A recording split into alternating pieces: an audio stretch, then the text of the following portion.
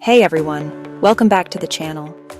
If you love geography, weird facts, or just discovering how crazy the world really is, you're in the right place. Have you ever wondered what it's like to stand in two countries at once? One foot here, one foot there? Suddenly you're an international traveler without even leaving the sidewalk. These places are real and they're absolutely fascinating. Today we're taking you to the world's most unbelievable borders, where lines slice through houses, towns, and even waterfalls.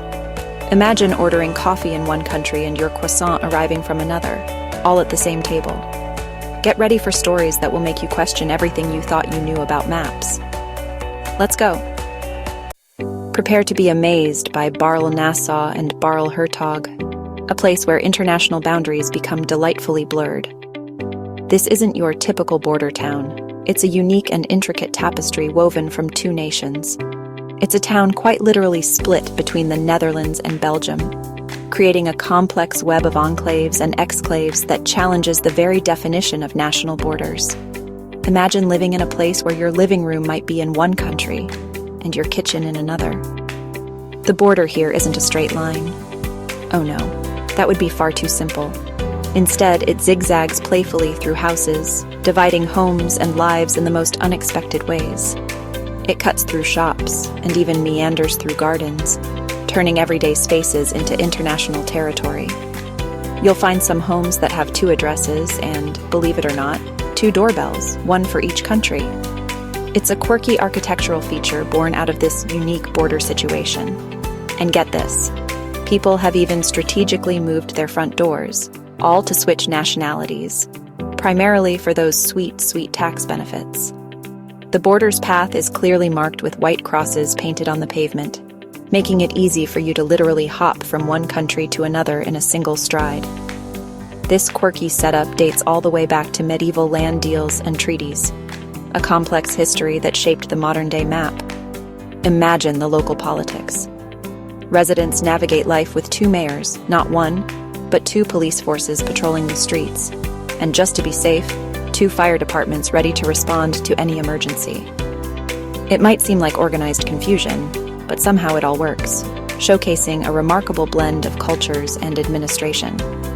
Barl is truly a living puzzle, and a shining masterclass in cooperation, demonstrating how different nations can coexist peacefully within a single community.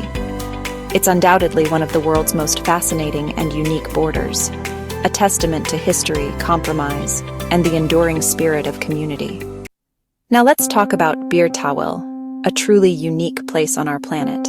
It's a geographical curiosity, a real-world example of how borders and politics can sometimes lead to the most unexpected outcomes. It's essentially a patch of desert nestled between Egypt and Sudan, a seemingly unremarkable piece of land. But what makes it so special is that neither country officially claims it as their own. It's a no-man's land, a territorial anomaly. This unclaimed landmass spans approximately 800 square miles, a considerable expanse of desert territory.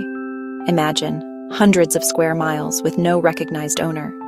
The reason for this unusual situation lies in conflicting colonial-era borders, lines drawn on maps long ago that continue to shape the present. The story gets even more interesting when you consider that Egypt has its sights set on the valuable Halaib Triangle, a region with access to the Red Sea. Because of this strategic interest, Egypt is unwilling to lay claim to Beertawel, as doing so would weaken their position on the Halaib Triangle. And Sudan finds itself in a similar predicament, mirroring Egypt's stance on the matter. The crux of the issue is that if either country were to officially claim Beertawel, they would essentially forfeit their claim to the much more strategically important Halaib Triangle. And so, Beertawel remains a true no-man's land, a blank spot on the map in terms of sovereignty. There's no established government overseeing the territory, and consequently no permanent residents calling it home.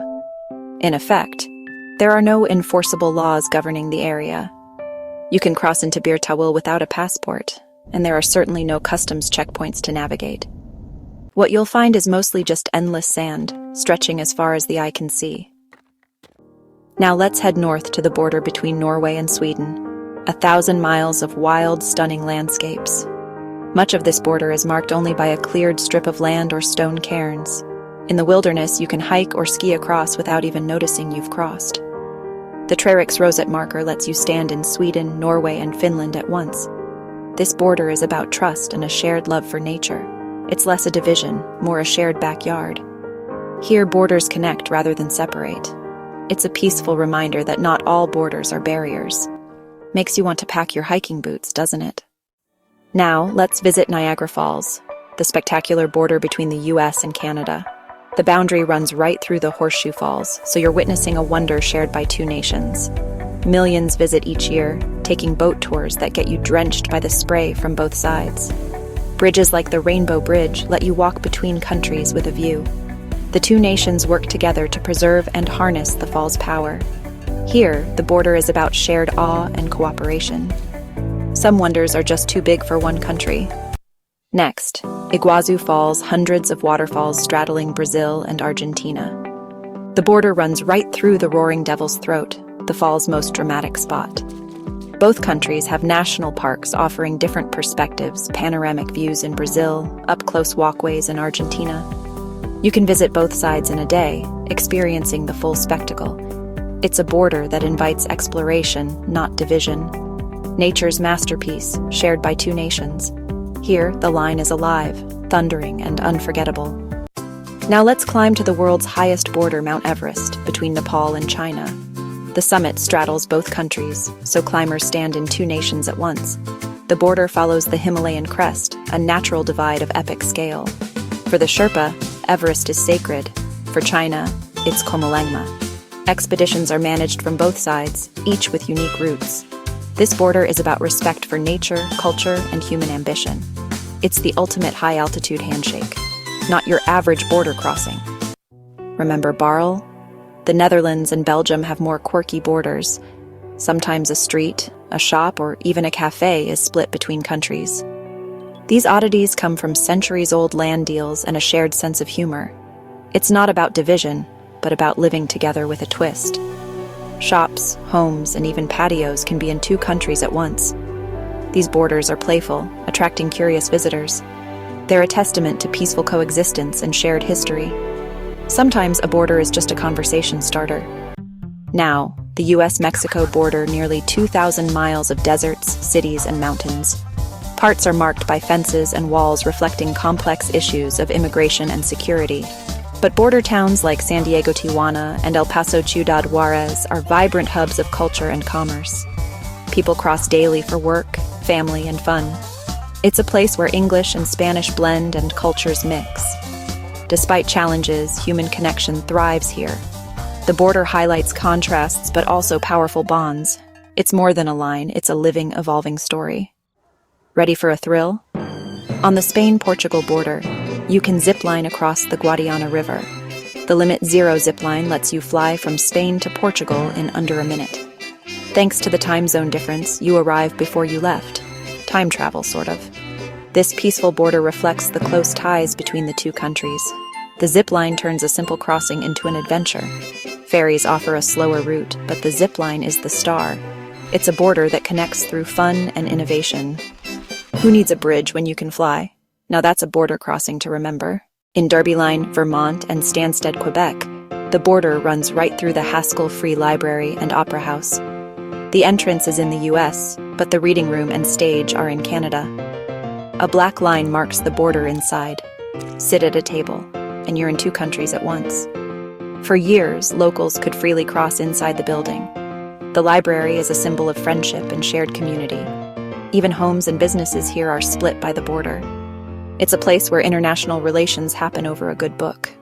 Borders don't get much quirkier than this. In southern Africa, 4 countries, Botswana, Namibia, Zambia, and Zimbabwe, nearly meet at a single point. It's called a quadrupoint, though technically it's 2 tripoints close together along the Zambezi River. The Kazungola Bridge connects Botswana and Zambia with Namibia and Zimbabwe just a stone's throw away. From the bridge, you can see all 4 countries. This spot is a vital trade corridor and rich in wildlife. It's a living intersection of nations, history, and nature. The borders here reflect Africa's complex colonial past. It's a powerful reminder of how lines shape nations, and a must-see for any geography fan. What an adventure. From towns split in two to waterfalls and mountain peaks, borders are so much more than lines on a map. They're places of stories, cultures, and sometimes delightful confusion. Which border would you visit? Let us know in the comments. Don't forget to like, subscribe, and hit the bell for more amazing stories. Thanks for joining us. See you on the next adventure.